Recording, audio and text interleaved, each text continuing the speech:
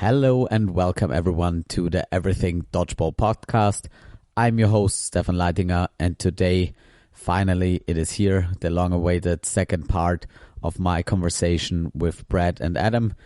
Due to some difficulties with the audio, I had to do a lot of work to get this one cleaned up so you can listen to it and enjoy it. We had a lot of fun recording this one. I didn't have as much fun editing it, but I learned a lot from it. And yeah, we're going to go into different topics. We're going to start off with a little bit of stroking each other's egos and then get deeper into tactics and some specifics. And in the end, we're going to go into some crowdsourced questions. And in the future, if you have any questions, I would love to incorporate them even more. And without any further delay, let's jump into this conversation.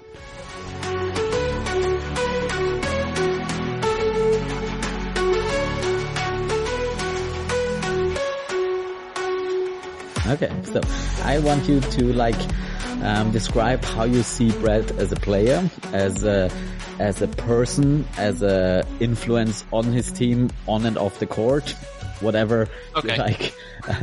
Be as honest as possible. Oh, I thought I was picking for Brad to talk about me, but I've realized I'm now wrong.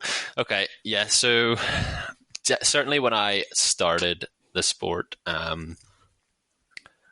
I think Brett was certainly ahead, probably of both you and me, Stefan, in terms of performance and ability, and being on England, who were undisputed the best team at that point. And Brett was kind of always in the team from my first tournament in 2016.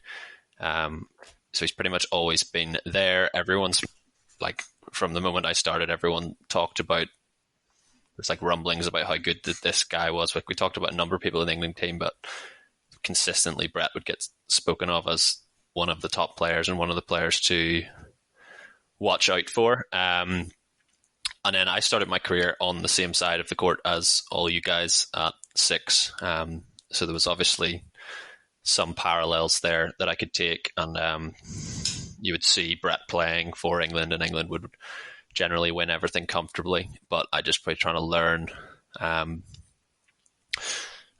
a little bit from him, from watching. He always seemed to be a player that could pull something off that other players couldn't. He was just, I guess, at a level above people, certainly in my earlier days. So he was certainly someone to watch out for. Then getting into when I first moved across to the other side of the court in 2019. Well, Brett wasn't actually in that competition, but it would have been sort of Worlds 2018 a little bit. Like we were playing up. We had Northern Ireland had a tactic to sort of deal with Brett in New York. He was the key man. He's the one we spoke about how we dealt with him. And I think mostly I remember my experience is Kelvin and Sean putting Brett out reasonably consistently. Every time Brett threw a ball, he got a ball at him. I was doing a similar job to Arnie in that particular game, to the point that this is the only time I have ever seen it happen. Brett and Arnie swapped wings in that game. I don't know how they came to that conclusion that Brett and Arnie would swap wings, but I think it lasted for 1.5 sets maybe, as the two of them went straight out again. And then they because that was the first time we'd done well against England. We won that. That was the first time we beat England that particular game, but it was a first half lead that we clung on to, as we were at that point a plan A, maybe a plan B team, and England had plan A, B, C, D, E, and that second half was we were just holding on, and again on a referee's call we won that one on the end again. But yeah, it's from every match, it was how are you going to deal with Brett? And then you get into when I did move across to the other side of the court, and I'm now up against Brett, and I know that the outcome of that duel might dictate the game. So I now have to try and outperform Brett. And in some cases, that led to me overextending, overplaying, trying to put Brett out and losing. to the detriment of the rest of the team, and I would become potentially over obsessed. I've done it with yourself as well, Stefan, or I've become over obsessed with trying to hit you out, to the detriment of the team, and that's again where I have to learn from. And at that point, again, I'm still learning. I still felt like Brett was a little bit ahead of me at that point. The real sort of turning point was, I think it was only really last year, Meteors British Championships, the 2023 one, where I actually felt like I was on top of you in that game. Like the other example, is the Drachton, where we did win it on at the last second, but I was in front of Brett, and he just, the entire first half, he just put me out consistently, and I had to make so many adaptations and changes to try and stay in that game, but I was getting outplayed, and I had to learn. The next time I played against him was that Meteors game in the British Championships, and I played really, really well and was probably on top of Brett on that point, but it was the rest of his team that kind of carried him forward, and they beat us in the overtime set. And I remember Brett came up to me and he said, "You're the best player on the court by a mile there." I knew I'd played well, but like that was a pretty good compliment to get. I knew I'd played well, so I was happy with that. So yeah, that was kind of the point. I feel like I've always been on catch up because he's been ahead of me in the game. But it's good to finally feel like I outplayed him in a match, and that was definitely the first time I did it. That was pretty complimentary, wasn't it? Not too bad. All right. Yeah, that's good. And what do you think, like, when you think about we don't have to go too deep into tactics because that's always a bit of a sensitive issue because we have our own tactics and we don't want to give everything away. But like, what's your point of view on Brett as an opponent, as a team player? Okay. I mean, if you're playing against him, you know his biggest threat, his biggest asset is playing from the back corner, with probably the strongest breakthrough in the game. Luckily, we do have a similar player in Northern Ireland, Kelvin, who is also exceptional in that back left corner. So in terms of training against that style, it's you can get a little bit of parallel there. So I've been able to do that for quite a lot in my career. So, but that is his biggest strength. That's the big thing you have to work on. And because of that reputation, and Brett talked about it earlier with I have to throw a pre-throw to set the tone of the game at some point. Him by himself with one ball when the rest of your team has four can impact the pace that you approach the line. And you have to try and break that, because he might have one ball, but if you're approaching the line at the speed he wants you to, then he's on top and you're not. So tactically, you always have to be aware of that. You feel like, I mean, I don't think this is unknown, but Brett can get riled up on court, maybe shout at a few of his players. He said earlier about his standards. I would be reasonably similar. Like, I can get told off by some of my teammates, but like, I am similar in the way that I hold all of my teammates at such an unbelievably high standard, and I want them to achieve that standard because I think they're all amazing players. And I imagine it's a similar thing from his point of view. But when you see it, that's something tactically you're like, okay, we've maybe got an edge here. If he's getting wound up, then it's potentially something we can pry on until the next unbelievable thing he does, and he just roars to the crowd and cheers, and you're like, oh, for frick's sake, we've just powered him up, basically. Those would be the more sort of key tactical things. But I've also, incidentally, I've obviously played with him for Great Britain as well. A little bit. He was reasonably injured for that game, but we got a little bit out of him, and he certainly helped in the final against you guys anyway. His reading of the game is the thing. From, I talked about how he plays in the back corner, like his reading of when other people are going to throw, I think is really exceptional. And to be able to see that from both sides of the court kind of gets you a read of how the levels and how deep his brain is probably thinking to try and, it's not just because he can throw the ball really hard and hit your foot, it's target selection, his own body shape, who he's selling the throw at, when he's throwing the throw. You can sort of see all of that. I've seen that from both points of view. Yeah. pretty half decent player. 5 out of 10. Nice. How do you feel about that, Brad? 5 out of 10? Yeah, That's not bad. Always room to improve. We have no reference. No, it's very nice of Adam to say, and particularly from someone as good as him. I remember well that game at Nationals, as we call it, but British Champs, and Adam was the best player by a mile on that court. And I probably will do you, Stefan, and you to Adam, but just to say, Adam emerged from nowhere for me. It was like it's almost like I don't remember the inception of the idea of Adam, and then all of a sudden it was like there's this guy who our whole team talk is focused on.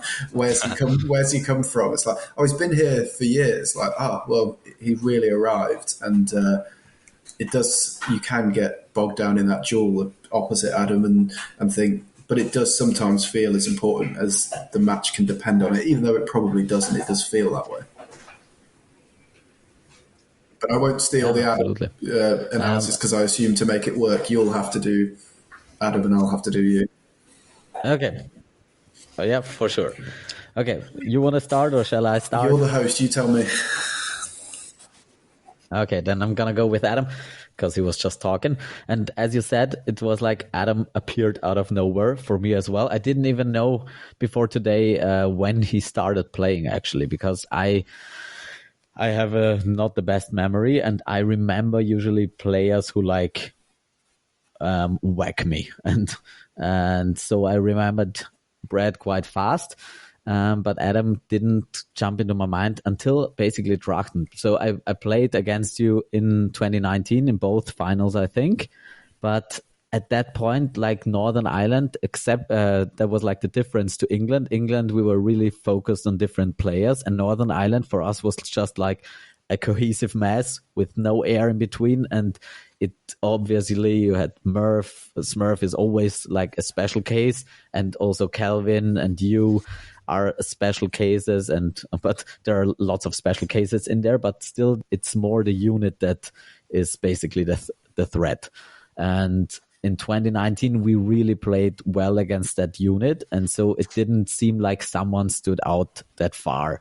And I think also you personally and Calvin as well didn't have the luckiest game. It was a great game in both finals, but it seemed like sometimes it's just not meant to be. And like if a few things just go against you in a match, it gives you the feeling like you played a bad match the whole game around, because you have high standards and those tiny mistakes, those stick into your head basically. So the first time I really played against Adam and thinking about Adam was in Drachten, so after COVID. And I think the whole Northern Ireland squad just emerged out of COVID like they got the wrong vaccines and they were just boosted. And you were basically the most boosted up player among them. And like in 2022 was Drachten, right? Yeah. So, and I think I told you afterwards that like for me, you were absolutely the MVP of that tournament. I hope I told you that, but I think so, because the MVP award wasn't given to you. I think it was Aldred. Fair enough, but I think we all knew who that MVP was, and that was just completely sick. There was a whole new level of aggression that I felt. I've played against a lot of different players, but I've never been dominated that badly in a mixed game, especially. In a men's game, it's a little bit different because there are 6 players and like the drop-off isn't that bad. So you don't, one player doesn't make that much of a difference. But in a mixed game, it really does make a big difference. And that was the first time in a long time that I really felt violated. So, and in the group match, I was like, okay, what is happening here? And there were lots of factors why we didn't win that game. But one big factor was that I could not get a hold of Adam. And the thing that I've always done very well is survive and control the game. Suddenly didn't work because I could do nothing. If I did something, he punished me so hard and I was out and the game broke. And if I didn't do anything, then the game broke anyways. So I was for the first time really stuck in a spot where I haven't been in a few years. because of COVID, but also because we won before. And that's when, like, I think the rivalry started for me personally. And that was something I personally really like. It's like, that's sort of the Michael Jordan moment when you see that gets a little personal. If you feel like you are the one who dominate the game and suddenly there's someone who doesn't let you do that. And that was the first time that I felt it from the direct opposition. I can still remember back in the days with 3 balls, Arnie did that as well, and Brad from the far corner, but it was always like a duel from afar, sort of. And we had to use our teams more to get at each other, and it was harder to get directly at each other. But with you were right in my face, and you were really the reason from that moment on, and then later on in Osijek as well, where I had to overthink my game much more and like work out certain weaknesses, because you just took advantage of every one of my weaknesses, and I felt helpless basically. And I was like, I can't do anything, and you do to me what you want basically. And you had the aggression, you had the catching, you had the dodging, and basically you steamrolled us. And it took me basically 2 years, maybe 1 or 2 years, because in the mixed we did better the next year around, and it was equal the year around. But this year at the World Championships, you were certainly one of the biggest motivations for my own game, the way I wanted to improve it. And when I personally trained, you were basically in my head, and I was like, I need to beat this player. If I adapt in a way that I can handle you sort of, or I can be equal to you, then it's going to be good for the team as well. And there needed to be some certain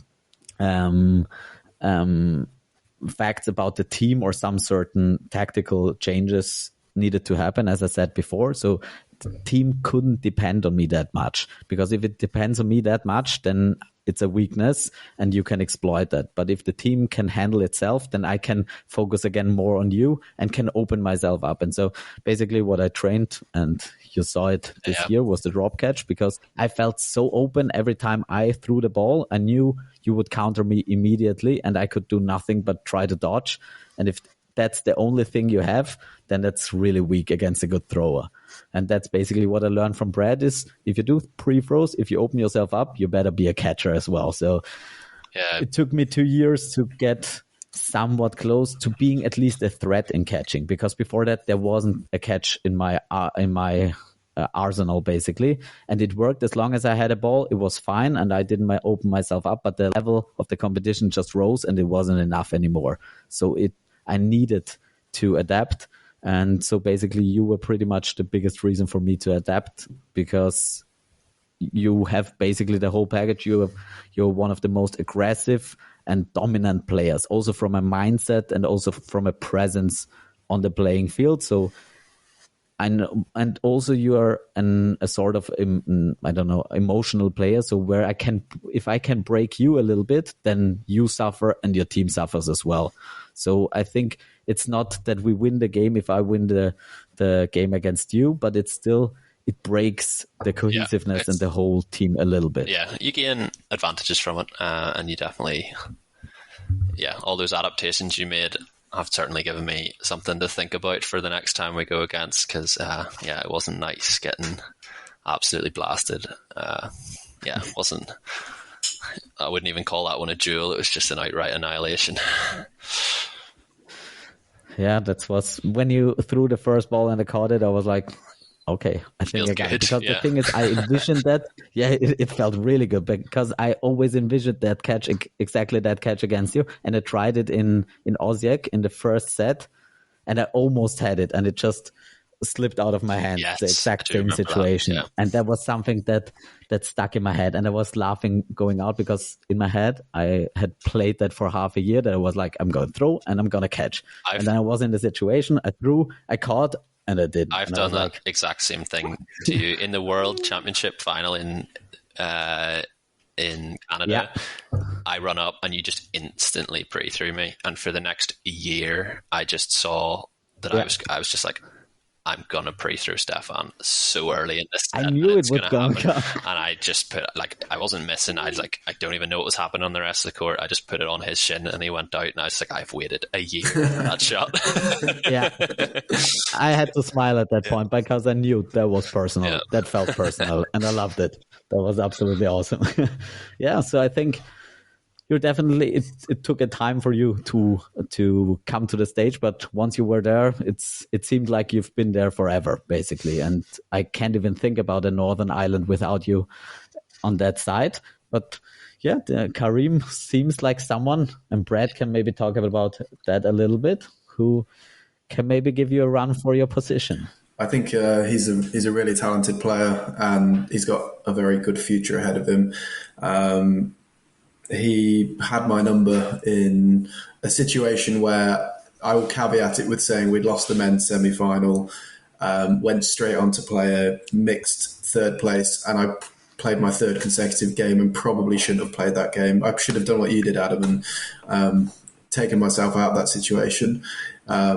But all credit to him. I went up to him actually after that game and said how good he was and what a player he is. And I think he's got all the potential. He's a very, very good player. You just knew 100%. Like, he's a very big fan of yours as well, Brett. So, like, I knew that it didn't matter how tired he would have been, the opportunity for him to play against you, he was going to absolutely revel in it. And I wish I'd subbed off. In terms of, like, because he's young and he's full of energy, and I can't think of anybody worse to play opposite against on day 5, day 6 of a competition. He is just electric. And after playing back-to-back semi-finals, and you've got this Duracell bunny coming up the court, and half of you's heartbroken and half of you's happy to have made a final. He was the last person I think I wanted to see. I've been slapped by him at many a Northern Ireland training. If you're not on it, he just takes you out. So, Stefan, 5 out of 10 for Adam as well? I think at this Euros it was a 4 out of 10. Yeah. But at this Worlds, but before I would give him probably a 7 out of 10. It was really good. Nice. That's fair. So, me for you then, Stefan, yeah? Yeah.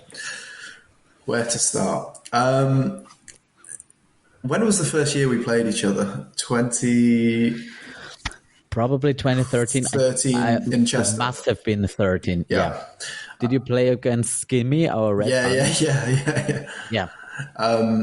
I think my first memory of playing you obviously is more 2014, but my first memory of you making a real impression was 2017 in Glasgow at the Euros, because you came over to my wing, I don't know if you remember, and just punished me for not having a ball, like properly. Just, if I didn't have a ball, you took me out, and you just came up fearlessly and were just blasting it off my chest. And I was sort of sat and absolutely amazed by A, the confidence, and B, the power in your throw. And obviously for me, you embody everything that is great about the Austrian Eagles, and embody everything. And I think I knew, even in a period of dominance for England, that that Austria were going to have success. Like, they had everything they needed in terms of athleticism, determination, the will to win, the will to learn, the resources and infrastructure. And that, for me, I could see came from you. And I think I always knew you'd go on to win everything in the game, no questions asked. As a player, I think we all have different styles, and your strength is the ability to have such aggression in a contained area, like without seeming to put yourself at risk, which amazes me, how you can be so effective on throwing a post throw or a pre-throw, but also not putting yourself in too much danger at the same time. Like that, you have that ability to, I feel like when I go out to play like that, I'm leaving myself really exposed, but you seem to still have that ability because of, I guess, the power of your throw, the timing and the selection of your shots to post throw, but also look after yourself. So you become an asset where you can get a hit but not lose yourself in the same volley, because a 1-for-1 is very rarely worth it unless it's against one of you two on the screen here for me. Like, that's pretty much the only situation I'll take as a 1-for-1. Otherwise, I don't see it as worthwhile. And your game's adapted. You've always, I think, had the survivability that I've always envied, the ability to look after yourself better. And that's something I've always wanted in my game, to have that ability to survive the tough situations. And you have that variety of dodging. You can get so low, but also your jump's incredible. The catching was always something I thought was just missing from your game and just needed tweaking, and annoyingly for the rest of us, you now seem to have found out how to do that, which is frustrating because I wanted you to keep not doing that. So you've developed that catching to your game now, which if you can be a triple threat, if you can be a catcher, a thrower, and a dodger, what is there to stop you? It's so dangerous. And you've also had iconic moments, and I think all three of us have had those moments where you've dragged your team by the scruff of the neck in a situation. I remember against Scotland, I think, in the Euros. Just grabbing, that's for me, in all the sports I've played, especially in a team sport, if you can have a player who can just go, that's a Steven Gerrard moment from you, Stefan. That's saying, like, we're not losing and I'm not going to let it happen. And that's what you did. And in any sport, I just love a player who can drag the team out of a situation and be like, this is what I'm capable of. And you've always had those moments. You sadly had another one of those moments in a mixed Worlds final this year. Again, there's two sides to the coin. I can't believe our team threw. I can't believe you caught it. It's unbelievable. But no, you're an unbelievable player. And I think you're an unbelievable ambassador for the sport as well, because we talk about standards, and Adam and I have mentioned perhaps losing our temper at times, and I'm not sure I've massively seen you do that. I'm sure you have, but I'm not sure it massively comes across as clearly as maybe with us when we're fuming. It's not as obvious for you, and I think that's another positive you've got, which is that, and something I'm trying to bring into my own game, is that level-headedness and deciding when it's good to let go of those emotions and when it's good to not. And you've got that even keel, which makes you so successful. So you've become a very rounded player. I am sad we don't get to play opposite each other, but what we have done is we've developed a army of diagonal cross-court duels, which is who can stare at the left wing whilst throwing at the right wing, and how can we disguise it so well. And I think my only happiness from the last Worlds was managing to get you on a couple of those in the mixed final. But that is such an effective thrower, right-hander coming out of their arm and throwing it diagonal across, and you've developed that, and it's a beautiful throw to watch. Yeah, first of all, thank you. That is obviously extremely nice to hear, and yeah, that's really great to hear. And obviously even more so from you, because as Adam said, you've been the one who started it all for us, at least, and you've been the one we've been looking up to for a long time, and we've tried to hate you and we've tried to do everything against you, but you're still here and still playing. Yeah. And I've started to enjoy it very soon. Like, I think in 2017, as you said, that was the first time where I felt like I could play a little with you. So 100%. You were like always, England was on that pedestal. So we didn't even think about individual players, because everyone on the team was sort of a godlike figure for us. And we were like, okay, they can throw hard, they can catch, they can dodge. And we were like, maybe we can throw hard sometimes. And it was mentally not even in our vocabulary that we could be in the same league at that point. And yeah, as you said, slowly we developed, and we saw you were human after all. But still, the thing is, the one thing I personally really admired always about you, and was something that I wish I could do, but I just realized I couldn't, is like risking myself and then making players suffer for it. And I was like, I don't know how many times of footage I've watched you pre-throw and then win 2 players. And I'm like, I tell every player not to do that. And then we watch a video and you do that against us and we lose 2 players. And I'm like, God damn it, Brett. You're ruining my point. And for me, it's like you're the top player when it comes to timing, basically. So it's like your timing is so precise in everything. Like your pre-throw, that's the thing most people see. But the pre-throw, I see it just as a tool, because the pre-throw is great. But if you hit someone out, it doesn't really matter if someone hits you out. And that's the thing. That's basically your Achilles heel in some way. That if you open your up, you are a player who can open himself up and then make the other person suffer for it. But if you have someone who can make you pay for that, then that's the only way how to get you. And the other way is to not throw at you, which is basically our thing, which is something that we like to do. Is just let Brett stay alive and don't get hit by his pre-throw.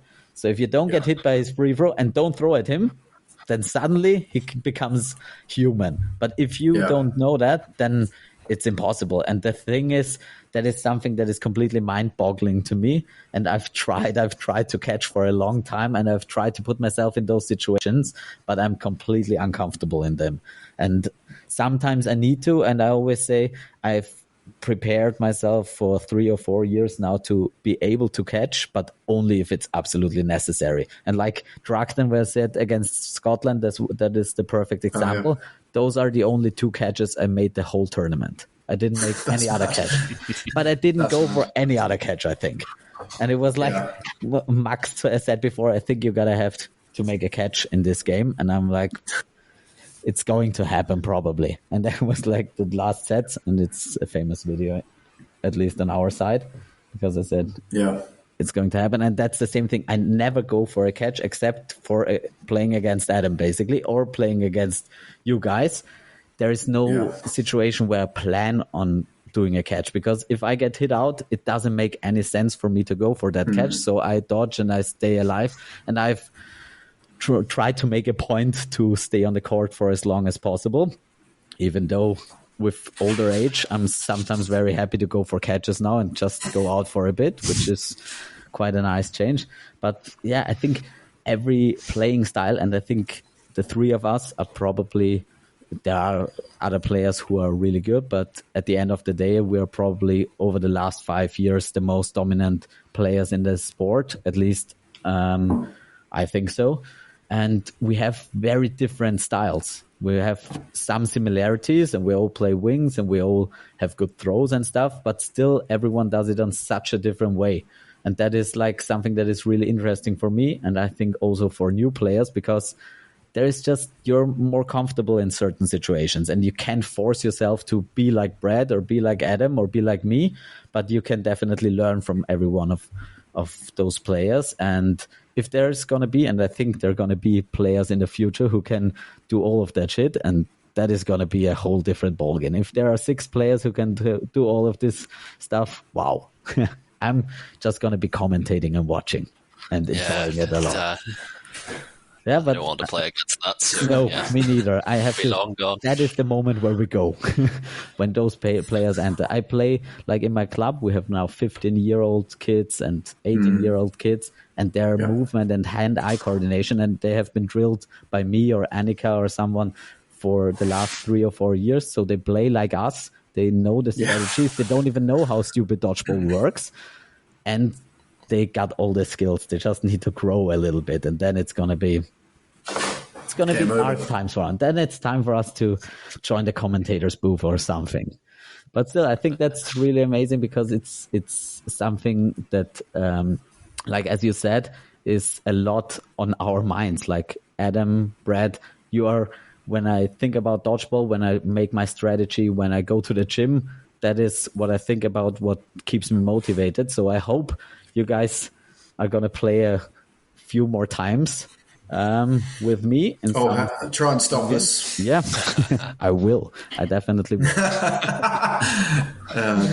Yeah, I think that's for you too as well. The same, and it's such a compliment when somebody's thinking about the team and then you within the team, because it's so nice to just think about a team rather than think of, well, there's the team plus if Stefan or Adam do this, because it's multi-layered. It's really, the analysis is difficult, and I think it helps to keep you motivated to keep playing. Like, the one thing I've had is I've always had some, like, a rival like that. Like, I mean, my first international tournament was 2011, and like back then I just joined sport, and it was Ryan Knight back then, and then it was Arnie, or it was someone else. So it's like I've always, for the last 14 years, had somebody I want to make not in a nasty way, but make a competitor, because it just pushes me on as a player.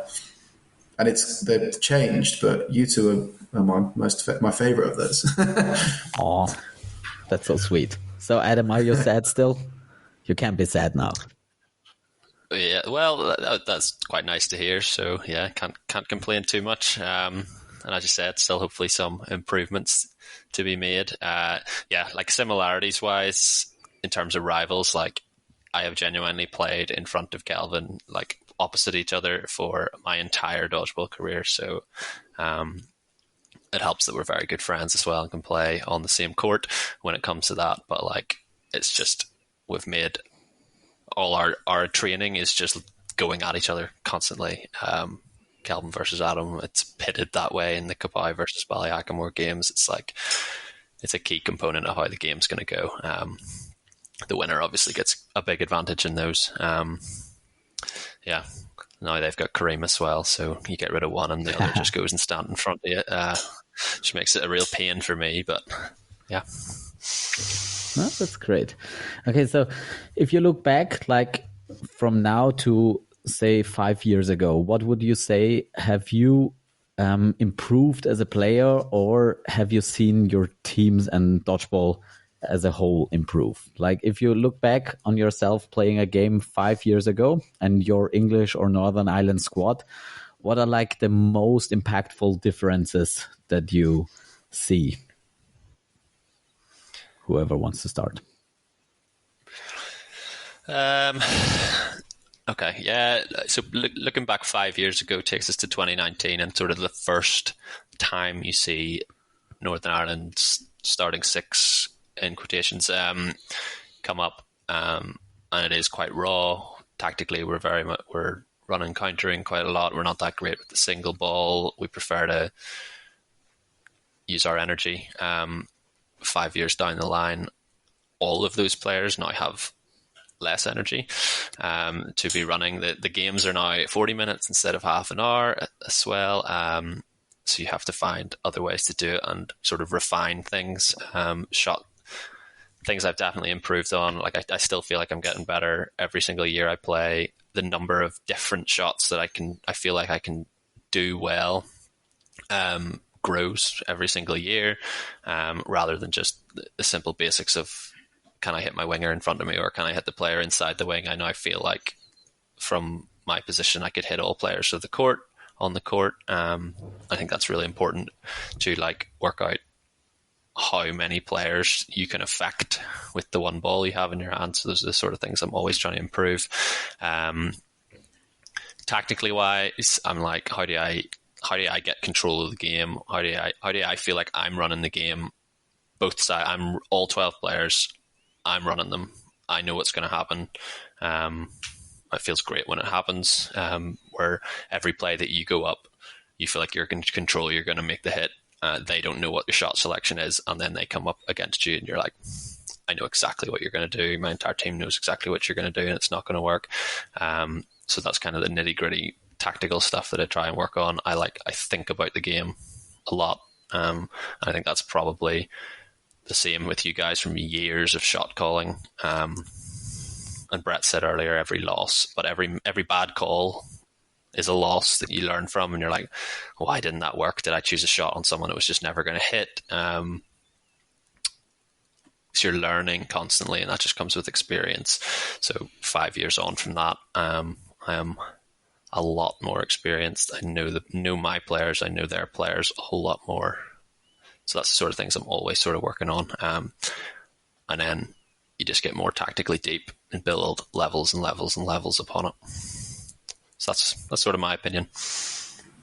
I think for me, I've had a weird last 5 years. I think as a player, I've definitely improved. I always try to find something in my game to improve. Nobody's perfect. And I think I've had a couple of injuries in the last couple of seasons, like a broken ankle and other things and some muscle injuries. But I now feel fitter than I've ever felt. And I feel tactically better than I've ever felt in terms of, like Adam says, it's like running an orchestra. It's like they're playing to your tune. And so as a player, I definitely feel I'm improving year on year. As a club team, I say we've definitely improved over the last 5 years. And as a national team, the results probably suggest we have some work to do still. I think obviously results-wise, we've not been where we want to be in the last 5 years. Obviously, there were 2 years of Euros we missed through COVID. I missed the 2019 Croatia one and the Osijek one. So I've not been as involved as I'd like to in some of those things. But as a team, I think we're as talented as we've ever been in terms of a squad. I think maybe now we are over-analysing, and that's very possible in sport. And you see it when you play some of these teams in Worlds from different countries, like when we played Argentina, or who don't know you and don't care who you are and just take it to you. And you go, well, like you earn a certain level of respect in the game, and it buys you. I've had people before like, okay, I take catches falling on my back, so maybe they don't want to take it. But I've had moments before where I've come off balance and I am thinking I am dead in the water here, and people hold because they don't want to get caught. And I'm just thinking, that's a respect. You should have blasted my head off, which Adam would do. I think the danger we might have is that we overthink every single play, and it's sometimes about just letting the game unfold a bit more. So I think maybe we've pulled away a bit from our core principles. I've mentioned that earlier, and think we need to get back to a certain style of play. But I do feel I've improved as 5 years as a player. I think my job now is also to think about how I'm coaching the next number 6. Not that I want to finish anytime soon. I think you have to look at that America team to see that probably we should all still be playing in 6 or 7 years' time. They're all 35 plus. And you have to look at professional athletes, and people are playing longer. There's no reason being 30 should stop you playing. But I think the 2 tournaments I missed for England were heavy defeats. And I'm not saying that's because I missed it, but it's because something changed. Like a caller changed, a position changed, less throws, less hits, less catches, whatever it might be. But like the heaviest defeats they suffered in those 2 years were when they changed the player at 6. So it's probably on me to think about, am I coaching the next person that's 6 to be making the same calls? Because I watch some of those streams and I just think, oh my God, like why is that call being made? Like realistically, you should be able to swap yourself out and the person should be able to make the same call. And I feel like at a club level that exists with a couple of my lads, Nick and Joe. I feel like when I'm on the sideline and you say the call in your head and you see them call it, you just go, yes, that's exactly right. So it's probably on me to start thinking about training people as well. Do you do the training at Meteors? Say again? Do you do the training at Meteors? No, we don't really train much as a squad, funny enough. We all physically train probably 4 or 5 times a week in the gym. A couple of us play football 3 or 4 times a week. And so like athletically, the team works its socks off, but we kind of come together like the Avengers and then just disperse again. Like we're similar actually. Like we have obviously a core of us that play for Ballyhackamore, but Ballyhackamore training is like a community club. We're like pushing that for enjoyability rather than performance. We just have the benefit of coming together for Northern Ireland, and we do our Ballyhackamore training there, and then we just pick all the Ballyhackamore players from Northern Ireland and make a decent squad out of it. They're all singing from the same hymn sheet, as it were. I think that's the key. Everybody pulling in the same direction, buying into the same reasons, and then complete trust in each other. I think that's the way to be successful. That's true, but that makes it a little bit more difficult, because the way you say it, it's really depending on you, because you have it in your head, you have all the experience, you have been in all those situations, but since you don't even do the training at the club level, it's really hard to get that across for other players to understand. And that is something I learned recently, in the last 2 years, and I learned it through coaching the women, that I always thought people think the same way I do. And I was always amazed at the answers they came up with, basically. Yeah. And I was like, that is such a stupid thing to do. And I was like, how could you even come up with that idea? Because it makes no sense. There is steps to this. And if you follow the steps, you should logically come to a conclusion, and that is not the conclusion. So either you just did something out of sheer, I don't know what you thought in that moment, or you didn't think at all, or you didn't know how to think in that moment. And that is something I really found out the last 2 years, and that is something I've trained now a lot with my people and the Austrian national team, and also on the club level and with the youth players, is giving them a way to think about dodgeball. Because for us, it comes naturally, and we think it's obvious, but it's not. And it's like basically a skill, like throwing, like catching. It's also a skill to think dodgeball and think like a chess game. Many players compare it with chess, and I did a long time as well. And I think it has certain parts of that where if I do something, then there are certain reactions, and there are certain reactions to those reactions, and I can play with that. And in the best moments, as Adam said, I can dictate the whole game, and I can do what I want, and I do one tiny little thing, and my opponent doesn't even understand it, but he does something because I did it, and then I reap the benefits afterwards because he threw the ball. And I didn't want to hit anyone, I just wanted that ball to be thrown at me. And in those perfect situations, it works that way. And I think the final in the mixed game, the throw from Finlay, you give him 2 seconds to think about that throw, he would never take that throw. That throw makes no sense whatsoever. I mean, you threw as well. You threw first, but your throw was low. But I think that's where situational judgment will only take you so far, though. Exactly. So, and that's the thing. You have to have a system in place where in that situation or a situation similar to that one, something is acceptable, something is not acceptable, and something is, you can argue about it. Which one's better? We don't know. We don't have the statistics. But there are some things that you can do. The example you give is probably 99 times out. If you asked, let's use that Finlay example, and he had a sensational final, so I'm not going to have a go in any sense. But if you asked him 100 times whether he would throw it, he would tell you 100 times no. So situational judgment can only take you so far. It's the decision in the moment. You can't necessarily train the decision in the moment. I think you can. I think that's what makes some people better, is that they've trained that. And when I look back to 5 years ago and I see my decisions and I'm like, what the fuck was I thinking? And back then I thought, wow, this is genius. But I think you had to make that decision, though. You had to do it, and that's why have it not work, which is why experience is so. Yeah, you'll never do it again. But do you think? Yeah. I think I've seen creeping into the sport overthinking being a problem.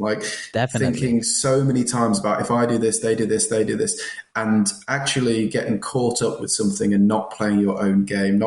I always say to my lads, leave this court having played to win, not played not to lose. Because if you play to win and lose, it feels a lot better than if you try to eke out a game.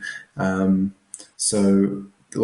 just my philosophy. No, there's absolutely some truth to that, but the thing is, it just doesn't work up to the end level. I think it works up to a certain level, and I think as long as you're just better skill-wise, then it will always work. And I think that is where England has been for the last 15 years. And that's why you're still beating everyone, because you're just better. And so if you play to win and your strengths are just so good that no one can handle them, then you're going to win. But if there's someone who is even close to as good as you are, then those strengths can be turned into weaknesses because your opponent can judge you easier. Because if you always go all out and you don't have different gears, of course, you become predictable. And the thing is, a player like you can swap gears and you know in which situation you are. But if you've played the whole tournament full throttle and then in the final second of the final minute, you say, don't do it, then the player's not going to do that. And he's still going to go. And you were like, why didn't you stop right now? And he's like, I haven't stopped all weekend. Why should I stop now? And even though if you put him out of that situation, he's going to stop 100% because he's thinking. But in that situation, he's not thinking. He's reacting. And it's really hard to be reacting and thinking at the same time. And the thing is, I always say I think about all those things, but most of them are like implicit. I play the way and I think that way, but I'm not there like, if I throw, he's going to throw and then I'm going to catch. But I know what's going to happen because I've done it so often and I've made this decision so often that I know the three options that are available, basically. So I'm not actively thinking, but I'm prepared and I have trained that situation so often that it's just indoctrinated into myself. But in especially younger people and people that haven't been at that level and at that stage and under that pressure, they can't do that and perform at that moment if someone's not talking to them. And obviously Finn is now just, this is a bad example because obviously, in my opinion, he was the best player in that whole final and he made one tiny mistake. Yeah. Which obviously, if he throws the ball 10 times, I'm probably going to catch it 2 times. Yeah. It's probably 8 times, it's going to go like, ooh, that was close. But the thing, that's what I always tell to my players is, even though your percentage is 99% and there is a 1% of it not working, if that 1% is disaster, then you're not allowed to do that. See, that's. I wouldn't say that. I always say right decision, wrong outcome versus wrong decision, wrong outcome. You have to caveat that with, yes, it might have been 90% chance that Finn hits that shot, but there was 100% chance if he held he's won. So exactly. Like it's not right. It's not right choice, wrong outcome. If you look at the percentages of the two choices, but we all agree with that example. Yeah, like he should win in both. But one of them's 100%.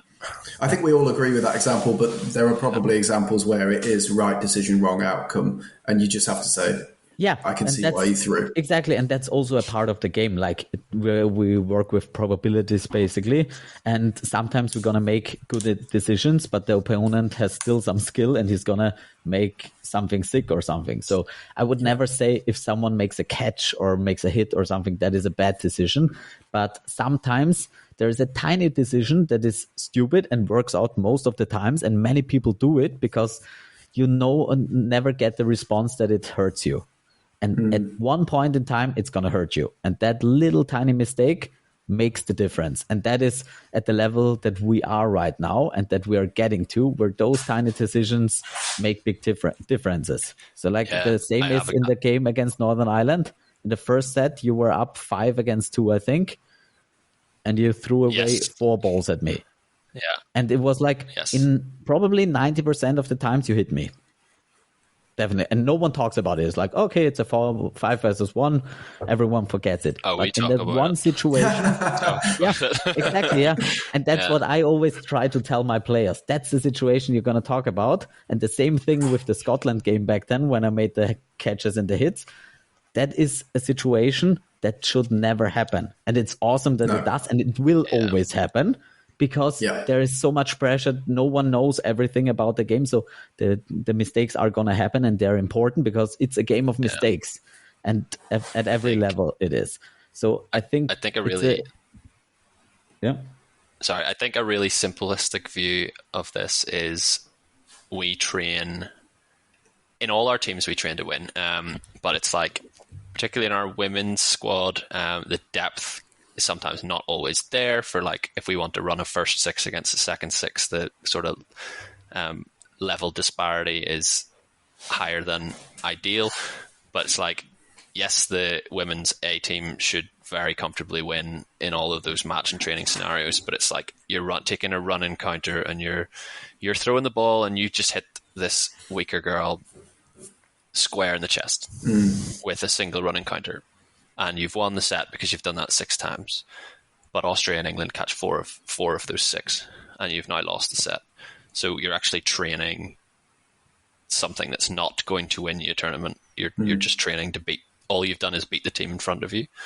Fine, you can get her, but that's not the objective of why you train. You're not in a competitive scenario there. You're in a training scenario where your ultimate objective is to beat the very, very best. And if Austria and England women catch 4 of those 6 balls, then you are 6-2 down in that set. And that's probably a very simple way to explain you need to make the right choices, and their shot selection of aiming at the chest is wrong. Yeah, absolutely. And I think that's those are those little mistakes. And the thing is, we played against the US the final, and if I watch it back, it's just a compilation of mistakes. It's just stupid mistake after stupid mistakes after we played the best game of our lives against you guys, where you made tiny mistakes that in 99% of the games don't cost you anything, and in this game it accumulates and disaster happens. But it was nothing more than tiny mistakes. That wasn't bad play or something. It was just tiny mistakes, and sometimes they add up. And I think so. Yeah, in our opinion, you talk to mistakes is a perfect way to put it.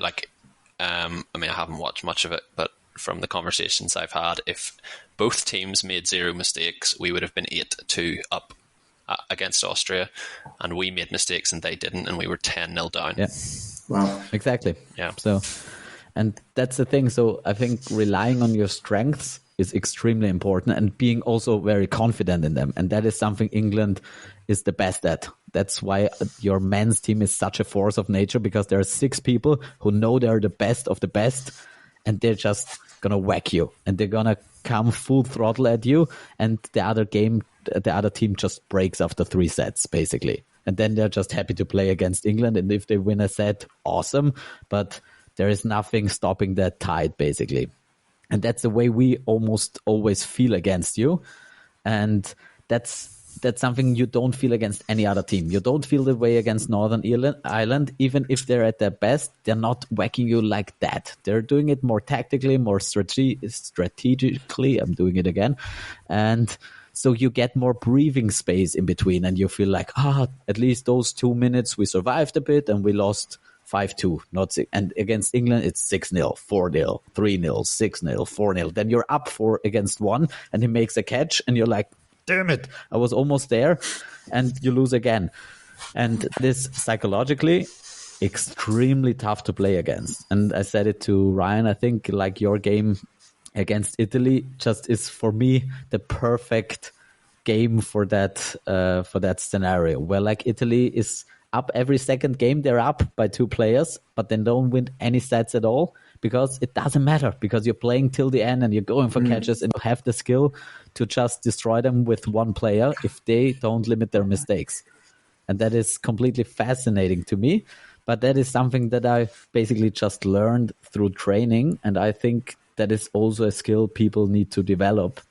And that's a tough skill to develop, because you can't do it on your own. You need someone else, and you need to watch people, and you need to talk to people.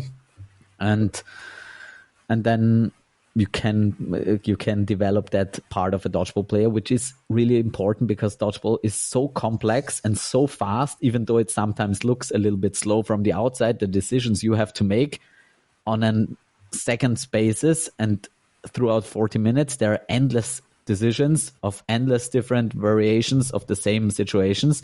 And that's really, really tough. And that's really tough for new players especially. So I think those 5 years is basically the time you need, at least for now, to get to the top level.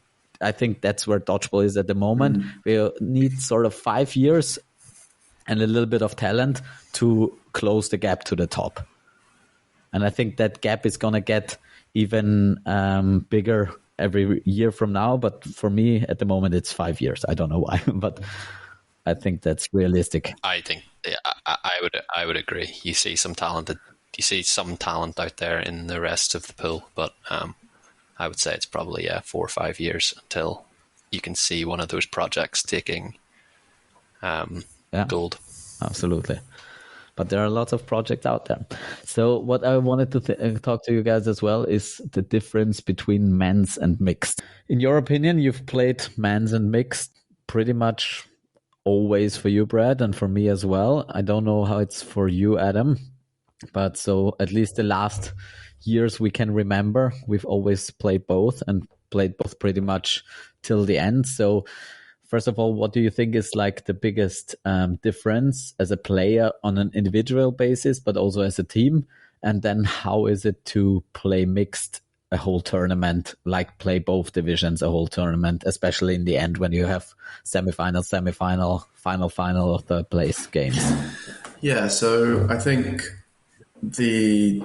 I'll start with the last bit first, actually. I think that is difficult, managing your time, managing your minutes, and getting that balance between wanting to have your eye in, but also not to become so fatigued that you're not giving your best to men's or mixed.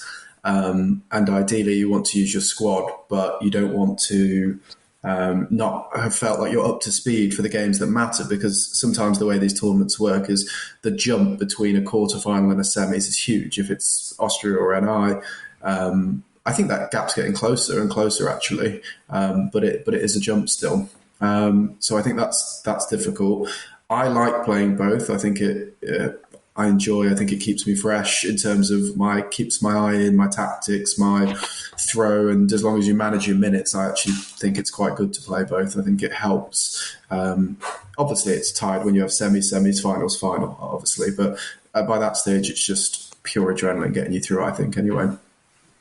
In terms of the game itself, it's such a different mentality because, we have...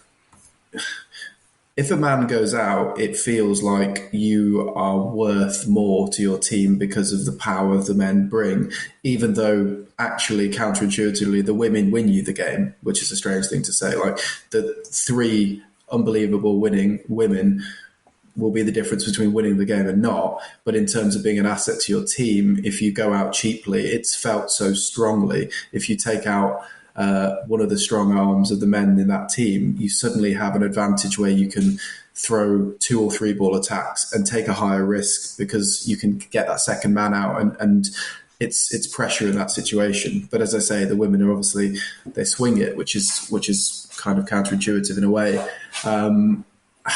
Again, I think mixed, there's particularly even more different ideas in how to play the game, because you have the competing men's views, the competing women's views, and then the style you want to play. And again, I probably have a different view of how to play than other people. And I don't know, I love playing mixed. I absolutely love it. I think it's fantastic. But I think even less than the men's game, there is no one way to win it. There's lots of different tactics. I'll follow on, I suppose. Completely different game in my head.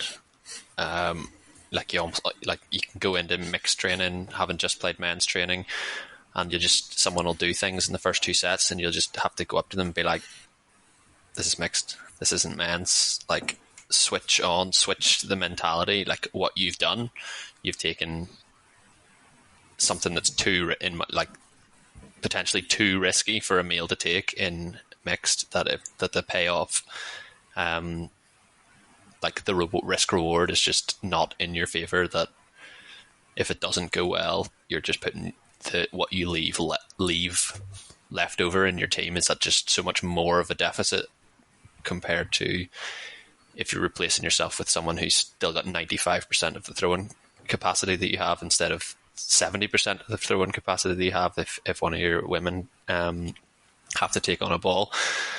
So it's a puzzle, lots of different things. I think there's more like roles to mixed, knowing who's supposed to do what. Do you actually need 6 players that can... I think we've lost Brett there. There he is. Do you actually need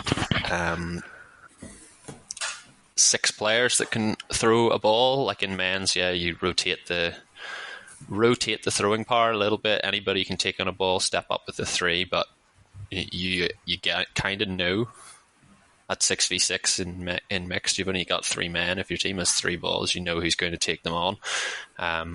So in terms of like one of your women, do they, like, you might have 3 really strong throwing women, but you might not need to select the 3rd throwing women because there's someone that can offer you something else in terms of just pure survivability, their ability to find catches in the single ball game, in the multi-ball game, their ability to throw with both men and women at the same time rather than just throw individually. Like, there's all these sorts of things that get weighed up. As I said before, I do some selections with mixed, so that's always sort of what I'm looking for, and I tend to be very transparent in being like, you need to find yourself a role. There's certain things that I can tell you that I like, but and if you go into this trying to play like the men's game or playing like the women's game that you are already successful in, you might not be successful in mixed because it can be so different. Yeah, I guess that's a starting point. Yeah, for sure.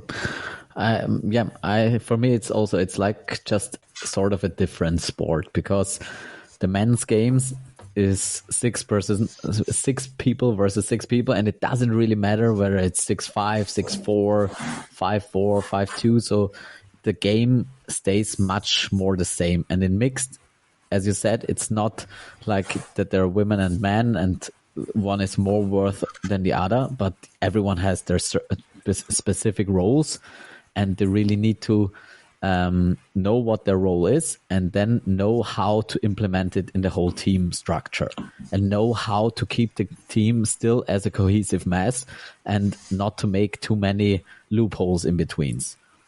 And that is something that I find really interesting, both from the defending team, where I try to keep those weaknesses or those differences to a minimum, and then as an attacker trying to putting my hooks into those weaknesses and really trying to work the differences against each other.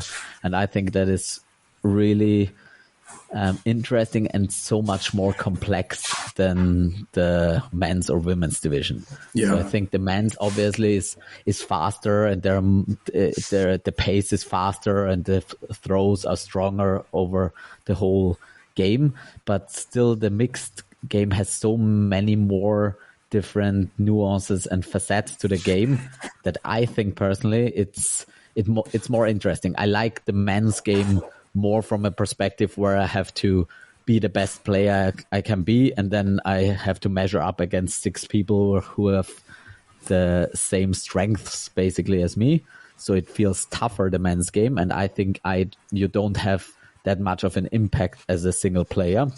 And I think in the mixed game you have much more impact, and it's much more interesting for me, at least as a player. I find that the difficulty in the balance is that valuing your life is so important as a man in the mixed games, but doing nothing and letting the game go by also costs you the set. So you can be conservative and find yourself 3 players down and have to do everything, and then you think I've left it too late to do anything.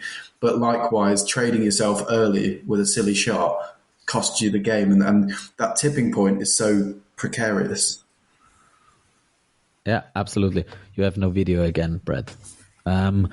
So I think basically what I wanted to know is, you guys, so Northern Ireland won the women's semi-final and the men's 3rd place final or game, and lost the mixed semi-final. Obviously, it was a really close game, and it was set for set, but still, it's a little bit on, like, looking at it, it's weird, right?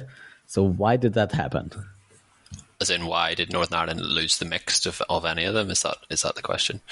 Yeah. So why, if you look at it from a point of someone who doesn't understand the game really well, you see one team has the better 6 men and the better 6 women, but loses the mixed game. Why is that? Good question. That is a good question. I think there's a couple of there's different nuances to it. It was the first time in a real tournament that Northern Ireland had actually played England in the mixed. Like, I've been playing mixed for 5 years, and that was the first time outside of a Nations League in the end of 2019. Like, we just had never been paired against each other. Whereas the women have run into England at every single competition, and the men have run into England at every single competition, basically. So for the women, it was all just a big build-up to finally get their result, and the men, I guess, continuing their decent streak. Whereas when it became the mix, it's guess fresh ideas, and I just like, it is a completely different game, so we haven't played against it before. And so it ended up just being an incredibly tight game again, with probably a few mistakes on both sides again, I would say. But like, it's another game that I felt both sides were a little bit tired. I was playing up against Brett, and I don't think either of us were that great. We're just kind of in front of each other, not having the biggest impact on the game between us. And the sets were kind of going one for one elsewhere. Our best players were probably both Murphy and Johnny, and they both played middle, so in mixed we couldn't have both of them on at the same time generally, and our basic strategy of having those two as middles rather than wings meant that our two highest performing players in that particular fixture weren't playing at the same time, which leads difficulties. That they both offer different strengths, and you have to just weigh up which one you want for each set, which one you want to start with, which one you don't want to start with. I will say that like there's a good quote actually from Dracton. I think Caddy Weber does the interview after the women's game or something, and you're going into the mixed game. I think we've already beaten you in the group, as you said. And she said something along the lines of, if your men don't play well in the mixed, you cannot win the game. I think she was asked about like Austrian women typically being the best women coming, and obviously having that advantage generally against our women, but it was, if your men don't actually play well, you can't win the game. And I think for the last both the Euros and Worlds, that's kind of rung true, that we've actually probably got more out of our women comparatively than anticipated. Like I like, especially the Euros game against you guys, Stefan. Like, I think our women played phenomenal. Kirsty won MVP. Sarah was amazing. Shannon is consistently one of the best players around. But I think that game was won on, like, you beat us by having the better male players in that particular game. I think it probably came down to that as well on at Worlds again, because I think our women were pretty good. I would say they were probably better than the English women in that game as well. And we probably lost it elsewhere. Brett maybe had the edge over me. Tamas played a bit of it, played reasonably well. Nathan Christofferson played, Finn played, and they're probably just a little bit better. If our men had been able to go even, then we probably would have won the game, as Brett says, in the fringe cases of our women having outperformed the English women in that match. All in all, it was incredibly tight regardless. I think it went to the 92nd set. The 92nd set was not close. We got annihilated. But yeah, at one point I thought we were actually going to get a couple of sets away in the first half, but it didn't work out that way, and England sort of held on and pulled it back. But it was just like, I imagine both teams will learn a lot from that. Like, again, I said earlier, I don't think it was the highest quality game all around. And maybe that's because we hadn't played each other, and we're bringing reputations from both the men's and women's game into that, and didn't really showcase what either team had. Yeah, that's just sort of my view on it. Yeah, like comparatively to how we had played in the mix, like we played the Czechs in the quarter final or round of 16, I can't remember, and we'd watched them against England, and they were superb against you guys, and they caused you so much trouble, and we were anticipating a really tough game. And I think it is the best mix I've ever seen played. Like, I'll be biased. I don't care. It was Northern Ireland against Czech Republic, but I genuinely think if you watch that Northern Ireland game, it's the best mixed dodgeball you'll ever see. Like, we annihilated them. We made them look like they'd never been playing, and this was a team that had the day before ran England to within 2 sets. So that was, I guess, the disappointment that we couldn't translate that onto the England game itself. Yeah, that's just my take on it.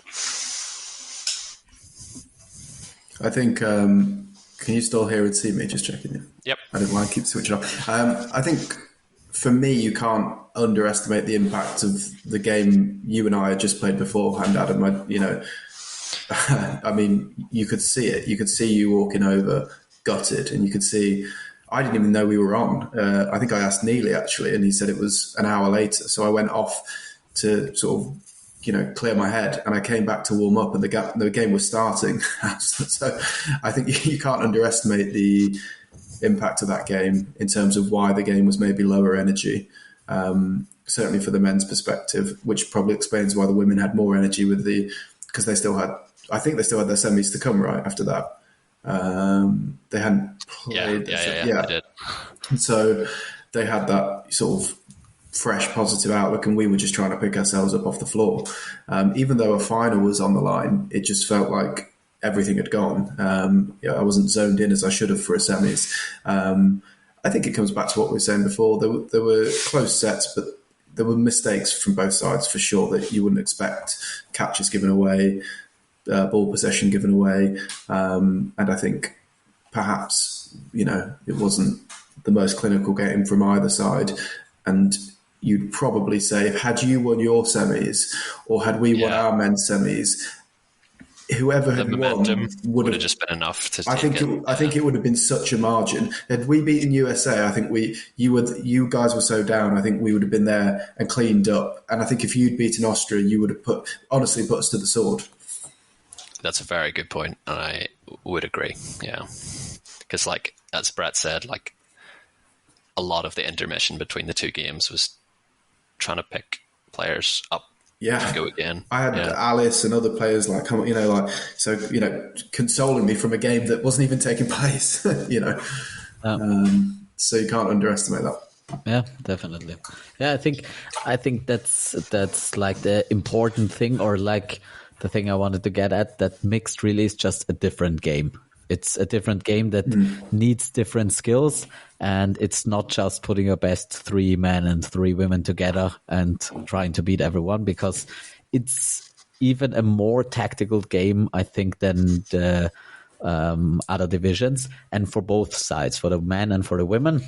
And today we're going to go into the men's side and not the women's side. But I think that is really important for us as male players, and also the players who have the ball at first and who really need to, on the one hand, make an impact, but also not overextend ourselves, not lose our lives too early, because that can really get really frustrating. And I think, in the beginning, in the match against England, we did a really good job of getting 1 or 2 players out and then just playing down time and just getting Brett frustrated, basically, just leaving him in his corner.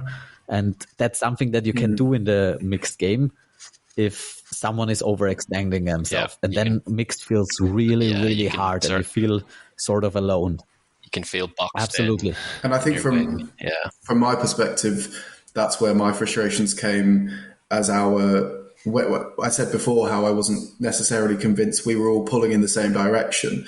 I felt that to counter that, we needed a more aggressive wing base. We needed more post throws, running counters, whereas perhaps the prevailing view in the team from maybe the coaches and other players was, look, if you stay in, you'll have an impact on the game. That was the message I was being given. Stay in and you'll have your moment.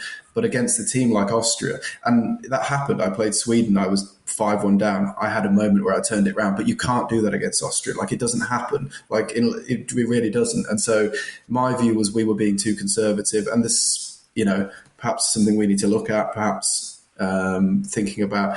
But again, it's a fine line. You can have a game where you get 5 hits as a male in a mixed game, and the second set you could get hit first shot. And actually, even though your ratio is 5-1, you're as useful as you are bad in 2 sets. Yeah, absolutely. Yeah, I think that's like the fine margin that you have to do less, but that more consistently than in the men's or in the mix. If you do 3 hits in the men's and you get out, great. You did an awesome job.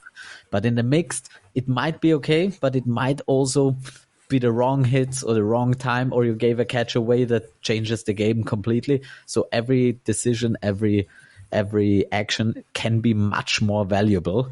And also, like, you have to take in mind the order in which you hit out the players, for example, and the order in which they come in. Is it really good to, or it's never good to give a catch away, but is it really bad to give a catch away, or is it bad to give a catch away? So all those certain little nuances makes it for a much more strategic play, and you have to keep much more in mind with every decision. So if you go I like to do post throws or pre-throws, but you do a pre-throw on the middle and there is a woman in there, and then you have Tamash against you and he's gonna just whack you, then probably not a good idea. So you have also a limited amount of good decisions, basically, and a lot of bad decisions. And also, like, the risk reward, you have more power maybe than most women, but like their risk reward is much higher. If they do something, if they get a trade, if they are more aggressive or something like that, it pays off much different. So if you're just in the one situation and don't think farther, your small mistakes can become much bigger because you didn't think that, like, the values of the different team members, 100%. You didn't take them into account. And that's something I really personally enjoy. That's why I think I'm probably a better mixed player than men's player, because that's something I really am good at, like deciding what my value is and what other people's value is. And as you said, it's really important, like, to know your dose of aggression. If you put too much aggression, you get hit out. If you put too little aggression, then your team suffers. And that's such a fine line, and that's really interesting. And it's funny that you mentioned it, the 5-1 versus Sweden, because first of all, that was awesome. It was like a left-hand, backhand throw straight, and then it was absolutely awesome. And I was like, I talked to Ben after it, and I was like, how can this happen? I mean, there's like the one thing that you can't let Brad do. You can't let him. That was like a really crucial moment, because if you give him they were like, absolutely. They were like, that was a neck breaker. That was the complete neck breaker, because they were in the game. Yeah, they were completely in the game, and that's so interesting that a team that has played for as long as we have played, basically, and like there is a lot of experience there, not as much as you, but you make one tiny mistake and you are there and just punish it completely. And it's one tiny mistake. The timing. Each individual of their team made a tiny mistake, and together it just culminate complete utter chaos. As that moment and that highlight is, I love it. That was something special. Yeah. And the funny thing is, if they make one right decision, nothing happens, and if they make a tiny wrong decision, you get the best highlight. No, they because you are kick up catch was the best highlight. Yeah, that was awesome as well. But that is pure skill. That's why you play football for such a long time, for those highlights, and that is just pure skill. But sports fine margins, and that was not the opponent's fault. Yeah, but it's mixed fine margins. Yeah. And this is the thing in mixed. Like, you could say in the 5v1 that I stayed until the end and gave the team a chance, but you could also say that won't happen 9 times out of 10, so we need to do something different in future. So it depends how you view it. Absolutely. Yeah, but in the end, you need both, and you need a little bit of that magic sprinkle, but in the end, 90% of the time, you probably just need boring dodgeball or straightforward dodgeball. So to your point earlier, I think overthinking is a thing that happens, but I still think dodgeball is much more plagued by underthinking than overthinking at this point.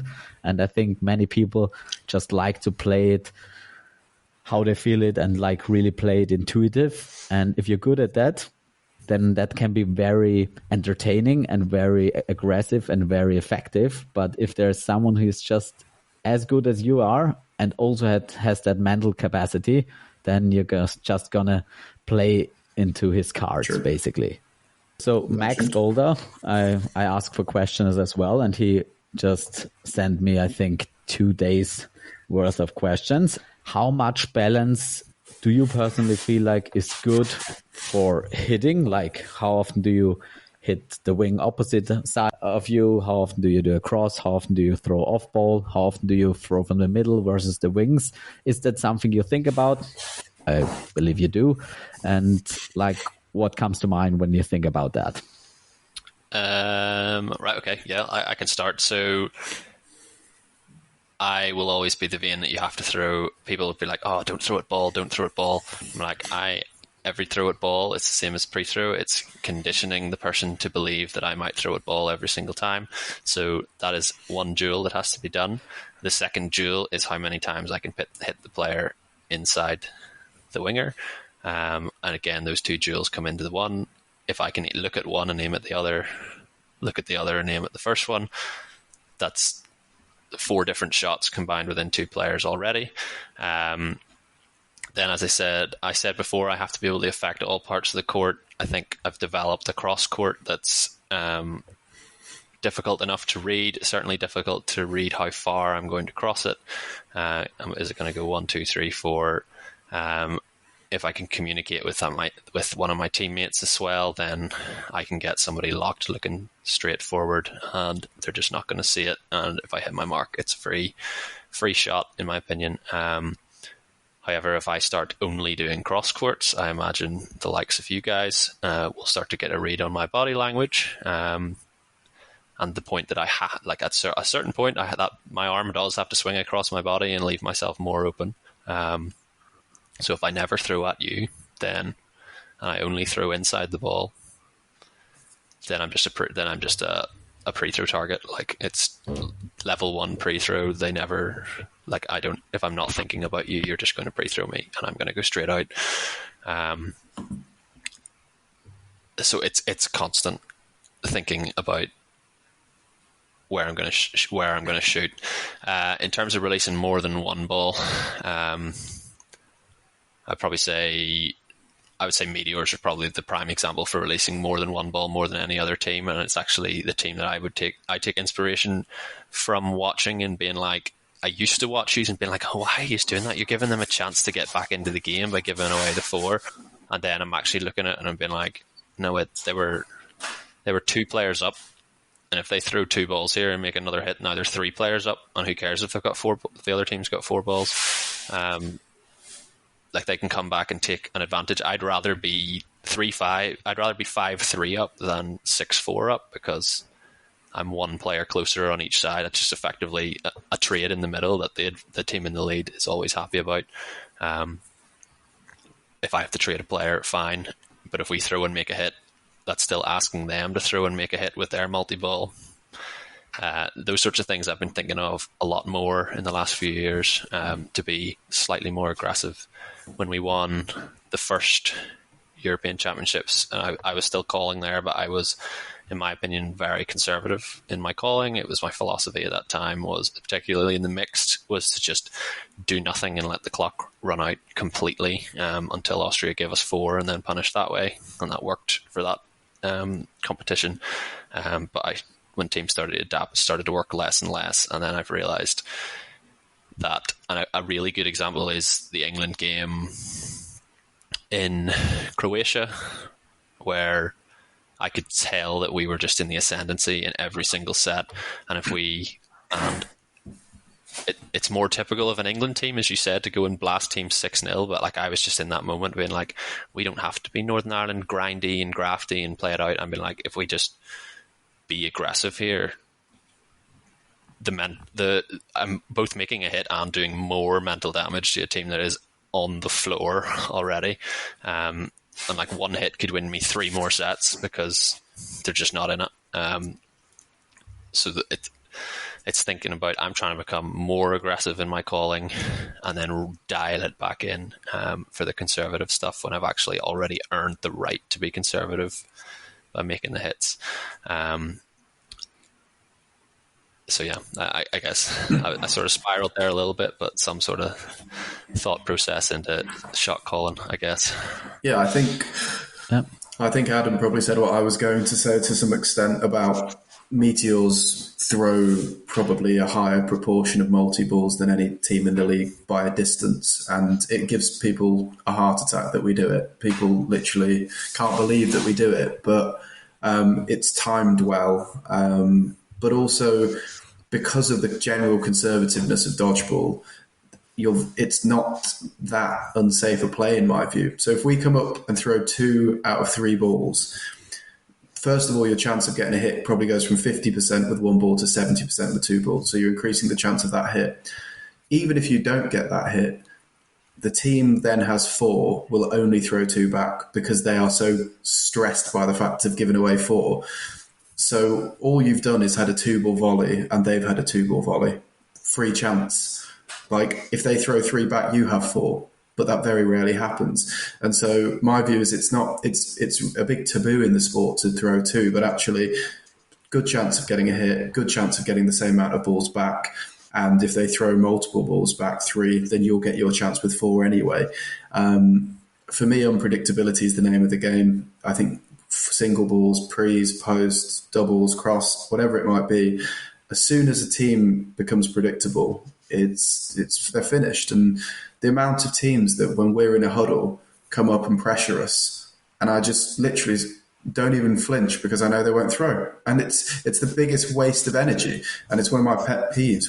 Wingers that come up and down wasting all their energy that never release. I just think you're wasting everyone's time. Like, at least have the balls to bloody throw when it's in the huddle, and then we might respect the next one. I love that. Yeah. That's an awesome pet peeve. Yeah.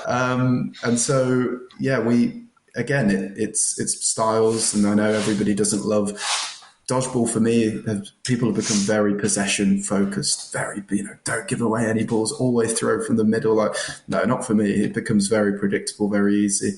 Well, the teams that have blown us away before, you don't know what you're handling. Like, you've been hit with a 2, you've been hit with a single, a pre-throw, a running. You just think, I can't read this team if I don't know what they're doing. But again, I acknowledge I'm on a different end of the scale to some people. Yeah, but I think that is really awesome because I would be on the complete opposite side, and I discuss that certain topic quite often, and I'm definitely always more on the conservative side. But the thing is, up to a certain extent, because I think dodgeball at the moment isn't that far that it gives you an advantage, because at this point, if you make less mistakes than your opponent, you're probably going to win, because people make still so many stupid mistakes. So I think that is not the case. That's not going to be the case in 2 or 3 years, probably. But up to this point, making fewer mistakes wins your games. So I think the way you play the game and the way you can utilize this, and I think you have to utilize this if you're 1 step ahead. And if you're 1 step ahead and you said both teams are playing already on a very consistent basis and make no big mistakes, then you have to get more aggressive, and then you have to switch it up again to give them new problems and as you said, if they're still playing conservatively and just play 2 balls back, and you are better at throwing 2 balls because you train it and you do it often, and they are just like, oh, we got 4 balls, we have to make something of it, and then you even get your pre-throws in and your catches in because you know what they're going to do and they're quite conservatively, then you turn the advantage in that certain position. But you have to be really good at that style of dodgeball. So if someone is not that good at this style of dodgeball, they just throw away 2 balls and get 1 player hit out. And that's what happens often, because the thing is, if you throw 2 balls and you throw them at a winger, and I often get thrown 2 or 3 balls at me, and I love it. So that's what I want the opponents to do. If you throw 2 balls at me, I'm here for it all day, because that's what I'm really good at, dodging those 2 balls. What sometimes surprised me, and you did it again, is when you throw the 4th ball. When you do like 2 balls and I dodge and block it, and then a 3rd ball hits me, and I'm like, didn't see that one coming. And it happened a few times, and it happened in the middle as well. And I think against you guys too, where I'm like, okay, because you have to do that. And that's the thing of being balanced. But only up to this extent where the game is at, basically. And if you overreach too much without the basics or the fundamentals, then you maybe leave yourself up for weaknesses, especially if the whole team isn't good at it. And I think that's a very good point. If Meteors is really good at that, then they exploit the conservatism of other teams, and that is like an extra strength. But if you do that with my team, then we're just going to lose because we don't know how to handle ourselves with one ball in the defense and how to make effective plays from that position. So I think that's an element to it, which is a very good point, actually. If you have Adam with a single ball, it's actually still not an easy play on a 4-ball. And I like to think if I have a single ball, like I've been in that defensive phase where I think maybe if you go, I go, and we still get a 1-for-1. Yeah. And so if you have that person with a single ball on a 4, it's not easy to deal with still. Exactly. And that's what I've seen, like in the video footage. I've often seen that situation where we're like, you do not you or someone from your team makes a pre-throw. We adapt to it. We run up with 4 balls and you make a pre-throw and maybe a catch. And I'm like, okay, if this is the outcome, then obviously that's the worst situation ever. And if you can do that quite consistently, and you can, and you did, then that destroys basically our whole game plan, because we're like, okay, we're being smart. We're doing everything we want to do. You do what we want to do, and then you're still better than us. And we're like, okay, what else can we do? So I think that's a very important point for the future as well, where strategy and conservative play only gets you so far, and it only gets you as far as other teams aren't playing that way. But at the moment, as they catch up to it, you have to go the next step and get more creative again. And I think that is something like Australia, the US, Canada as well, showed us, where there is lots of potential still lurking away from that, I say, European top dodgeball style. Because if you're not afraid, then you can do so much more. But you have to balance it and be conservative on other times as well. Because if you always go like that, then you're going to maybe win a half, but you're not going to win a 40 minutes game, I think. Yeah. Huh? Yep. Good. So we agree.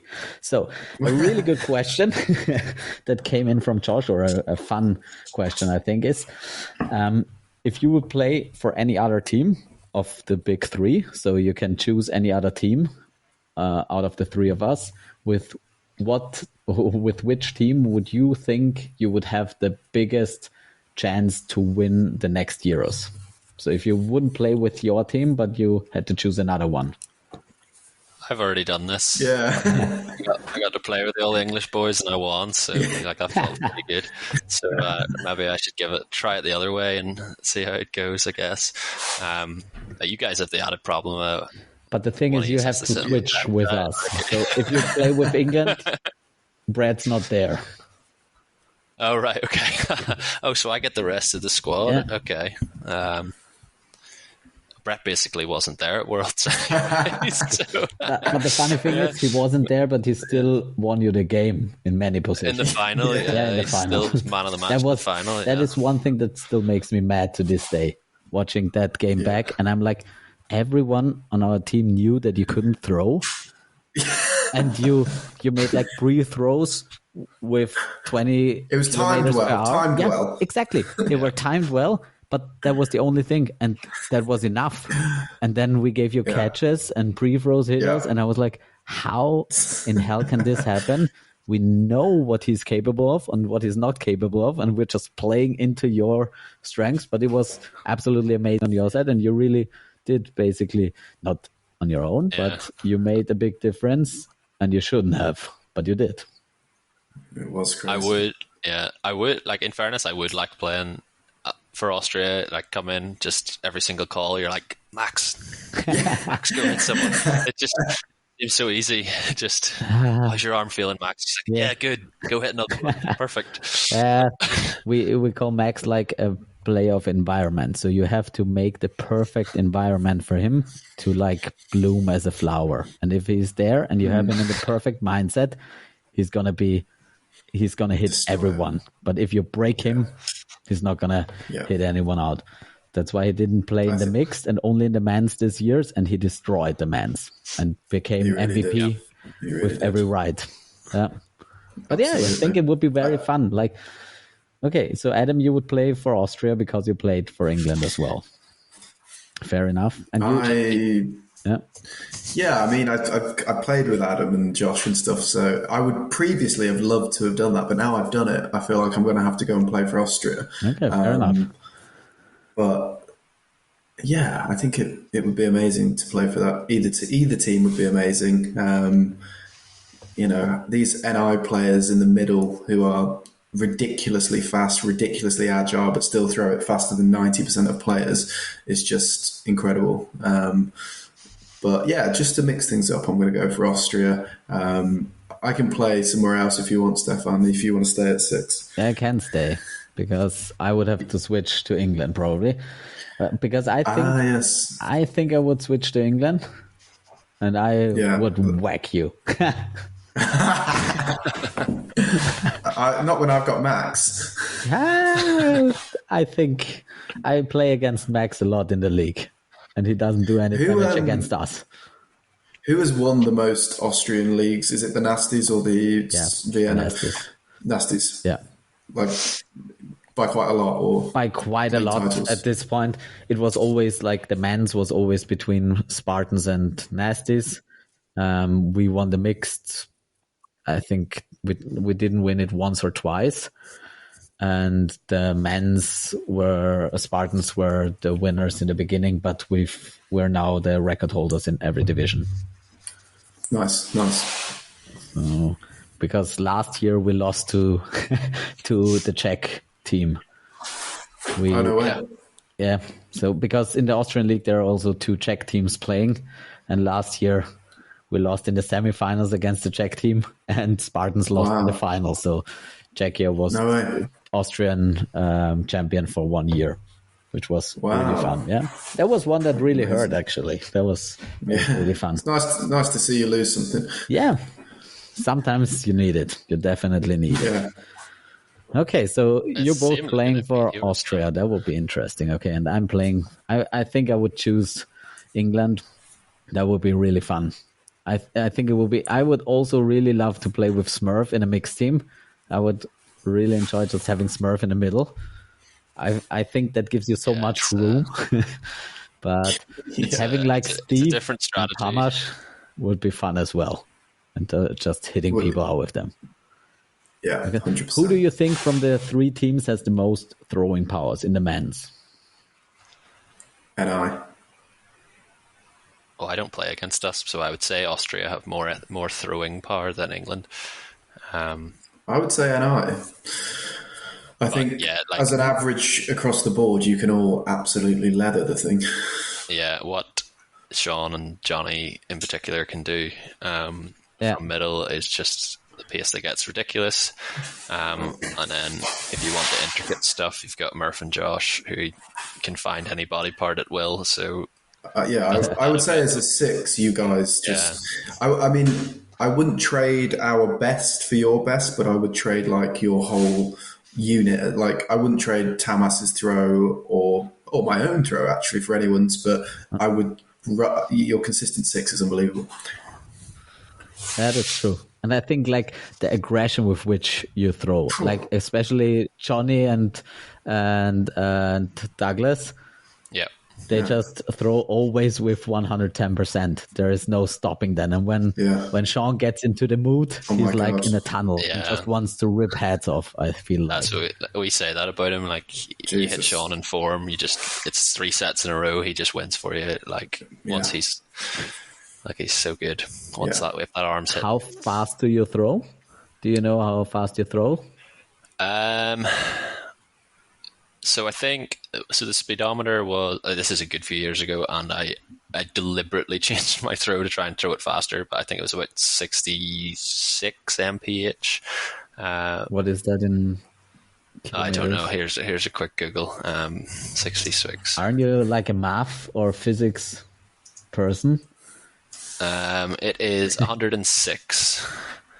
Okay. I did maths and physics, but I can't do that off the top of my head. I can't do very much of it off the top of my head. I think Sean's probably thrown our record, but I can't remember what he threw. And you, Brad? We don't really have the speedometer much. The last time I did it was a long, long time ago, but I got 68 miles an hour at training. But it was a long, long time ago. I wouldn't know if I'm slower or faster. Probably slower, but more accurate now, maybe. What about you? And I don't know in miles, but mine is around 105. Yeah. It's like 60, 66, 65, 66 again. But like realistically, you never run up and throw it 68 miles an hour because your body shape would be wrong. It's all about true. But the thing is, like my standstill and my running throw is not that far apart. So I think I'm probably one of the most consistent throwers above 100. And there are some people, especially Max, he throws, I think his record throw is around 115 or 117. That's fast. So it's like way harder. Yeah, that is fast. But like 72, 73. Yeah, that's completely sick. It's way above. But it's also like, I think the fluctuation and also where you can aim is much more important sometimes, and also it feels sometimes throws that are quite hard, because I don't know how hard Tamas throws, but he can't be far behind. No, he rips it. I don't know what the number is, but I think the way the sport's evolved now, it's not even about the speed. It's about, can you keep your eye on somebody while still being in the motion? You know, as they're dropping, you're still manipulating that ball till the last minute. Yeah, and it's all about the timing. Like I said, Tamas has probably one of the hardest throws. Yeah, so and fast. I don't mind that throw at all. I like playing against Tamas because I know exactly when it's going to come. I know exactly where it's going to come. It's still fast and it's still going to hit you at some point. Yeah. But there are people who throw much slower but have so fast releases or such weird timing that it's much harder to track. 100%. Okay, good. So I got a few questions. So Shot Stars Dodgeball has a perfect question for you, Adam. I don't know. So Shot Stars Dodgeball, it's like an open team in Northern Ireland. It's made from like our next generation of players, essentially our B team. Half of them play for Cabot, half of them play for Ballyhack, and they, when they get bored, they combine together to try and have a go at the rest of us, and they actually beat since Worlds they have not stopped playing, and we went down to Dublin to play against them because they were going, and if we didn't go they'd have just walked it and it would have been no fun, but they did beat us by one set in the end, so very good. I did play in the middle, let's caveat that. So like, with the injured shoulder, so we like jumbled up our positions a bit, but it was good for them to have a good run out against us, but that's who they are. Yeah. So who's the best winger of all time and why is it Brett? Yeah, that sounds like it was written by the Shot Star boys. Like I said, they're like Brett fanboys. Fair enough. Brad, do you have an answer for that? What was the question? I didn't even hear the phrasing. You're just... No, honestly, I lagged out. Okay, who's the best winger of all time and why is it Brad? Oh, this is Adam's NI voice saying this, is it? Yeah. There's lots of great wingers, lots and lots and lots of them. Lots of fantastic players, and I have the benefit of having played for almost a decade and a half, and I can confirm that there are so many great players out there that we've all been a pleasure to play against and with. Longevity is the answer there, probably. I think that's a fair answer as well. Yeah, longevity. Yeah, I think that's a good answer. Yeah, but no, honestly, there's so many great players, and He's a lawyer in the end, so that's a perfect answer, Brad. So next question from Abdullah. Who's the next big winger in your opinion? Well, Abdullah is also Shot Karim Stars. there. Let's caveat with that. Yeah. So who's the next big winger? Who do I like? I do like Iceman for Spain. I think he's got sort of athletic ability and a good bit of throwing power. If he could get, and I know Spain work hard, but if they could get a couple more around him of similar talent, I think Spain can maybe do some damage. But again, yeah, I do think it's still probably going to be a 4 or 5 year project. But if he can be the driving force of that team, then he kind of leads the way. Gisali's also a good option of being a complete one-man army for Italy. When he's on it, and he can do stuff that nobody can. I think it's just he sometimes stands out on his own in his team, and better teams can sometimes exploit that. So I don't know how his elbow handles it. It's crazy. Yeah, he throws trees for a living, so a ball is nothing to him. Got you. It's the right training. Okay, then Abdullah has another question. If you're on one wing, who would you rather have on the other wing and why? So Brad, you're going to start. Wait, so if I'm on one wing, who would I rather have on the other wing? I guess from the two of us. Well, Stefan, we play on the same wing, so it can't be you. It's going to have to be Adam because the harmony will be there. Or you could just switch sides. It all looked wrong from the right. It looks so wrong. It's completely wrong. I've tried it out for a lot of times, but it's not. It feels inverted the wrong way. Yeah. As someone who's played both, the right wing is the better wing. Well, I'll leave that to you, Adam. I'll leave that to you. That's a political statement we're just going to cut out and use against Adam forever. Yeah. Brilliant. Yeah. Brilliant. All right. Dan Evans, by the way, upcoming winger. Already here. One for the future. That's good. Yeah, I've heard a lot about him. I've seen a few Insta highlights, but since he was a little bit injured, didn't get to play him yet. But he's got a lot of future left to him, so we're still going to play. So Alexander Bambridge asks, accusing players of cheating during the game, is it disrespectful or necessary? Adam. I don't think, accusing players of during the game, I don't think you should be allowed to accuse any individual of cheating to them. There's rules in place. If you believe someone's being dishonest, then you have to communicate it through the right channels, through your captains, through the referee, and be like, I know we've done it. Just say we think we're hitting this guy consistently. Can you keep a closer eye, or say to your line refs to have a closer eye? That's the only way you can deal with it. If you think it's a continued problem, then again, there's correct channels after the game and how you deal with that. But I think during the game, unfortunately, I don't think there's any place for that sort of hostility and pointing. I don't think that's how you clamp it out. I think you have to do it the right way. I like when people send in questions. They're great. Yeah, me too. I think it's just starting to get a little bit of traction, and I think maybe in the future there will be more. At the moment it's slow going, but that was the most we got, at least. So Frankie has asked, what's the best team that didn't medal at WDF in Clough this year? England, man.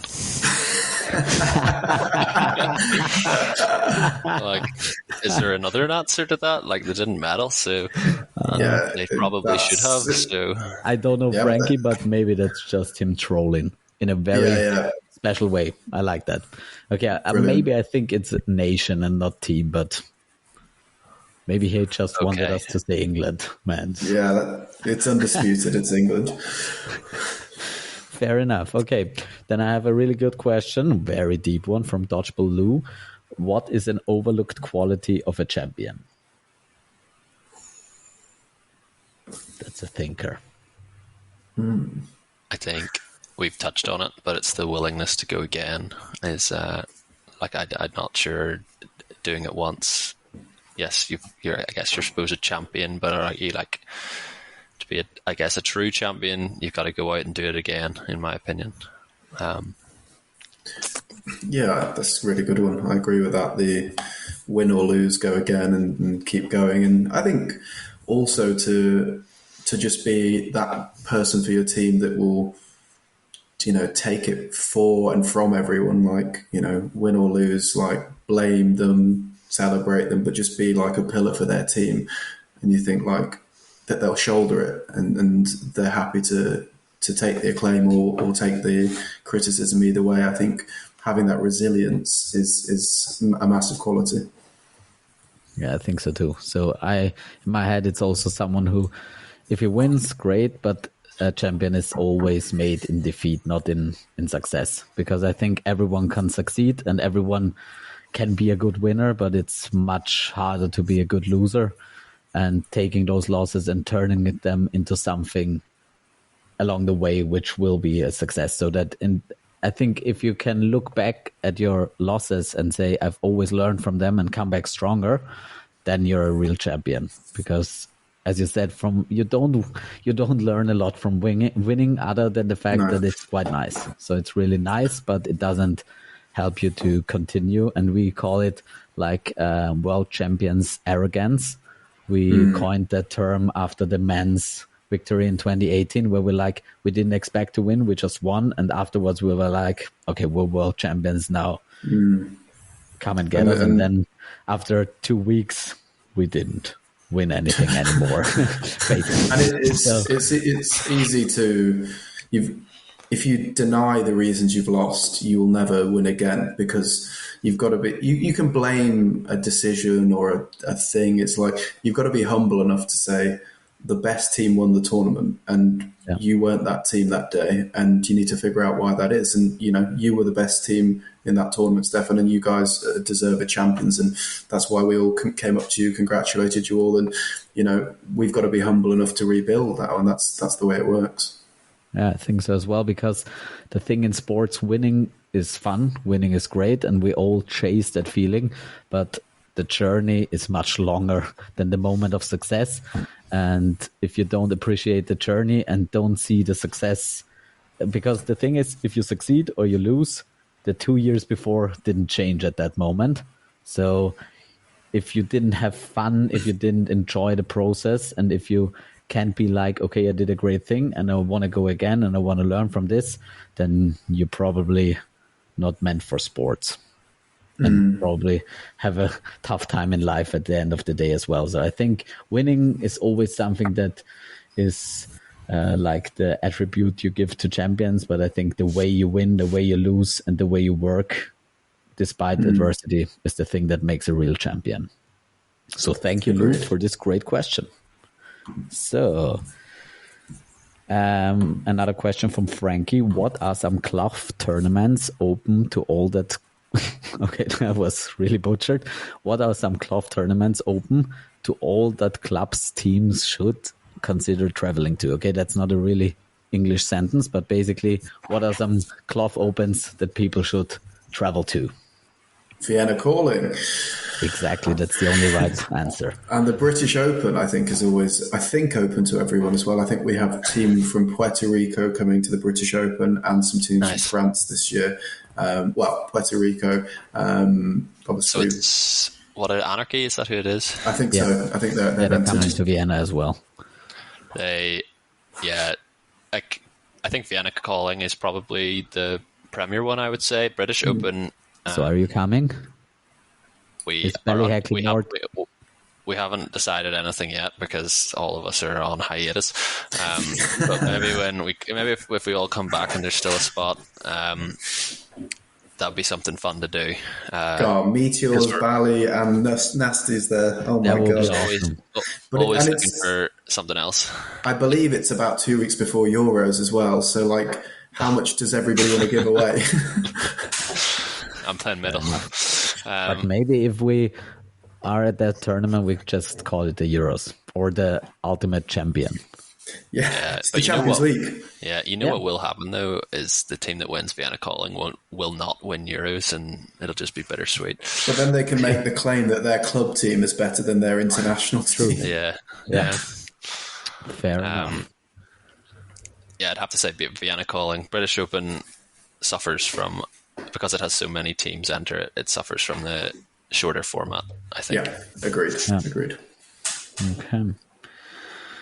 Okay, I think we're going to end this right here. Okay, thank you very much. Well, it's been a pleasure, boys. And to everyone who's made it this far, listening to the three of us talk 3 hours and more about dodgeball, thank you so much for joining in. I hope you enjoyed this one.